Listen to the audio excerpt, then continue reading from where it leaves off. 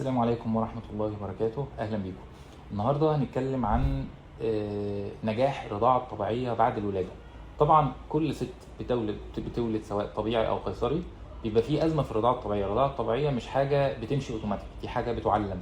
يعني الست بتتعلم إزاي ترضع والطفل بيتعلم إزاي يرضع.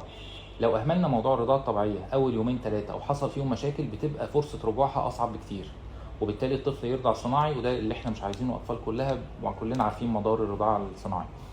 بالنسبه للرضاعه الطبيعي بعد تقريبا 5 أو 6 ساعات اول ما السيده بعد الولاده تقوم تتحرك وتمشي وتشطف وتبقى كويسه، صحتها كويسه، لازم بنبتدي على طول الرضاعه الطبيعيه.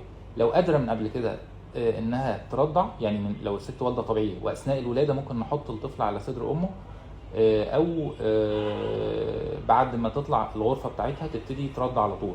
التواصل ما بين الاثنين ده مهم جدا. النقطه الاهم بعد 5 ساعات تقريبا تبتدي هي ترضع. تعليمات الرضاعه عموما انها بتجيب كحول طبي وبتبتدي تمسح بيه الحلمه. بعد الكحول بتمسح بميه وبتبتدي ترضع نص الرضعه من يمه والنص التاني من اليمه التانيه. الرضعه اللي بعدها تبقى العكس عشان ما يبقاش فيه رضاعه من يمه والتانيه من اليمه التانيه ما فيهاش رضاعه، وبالتالي السيده بتشتكي بعد كده من اختلاف في حجم الثدي في الاثنين.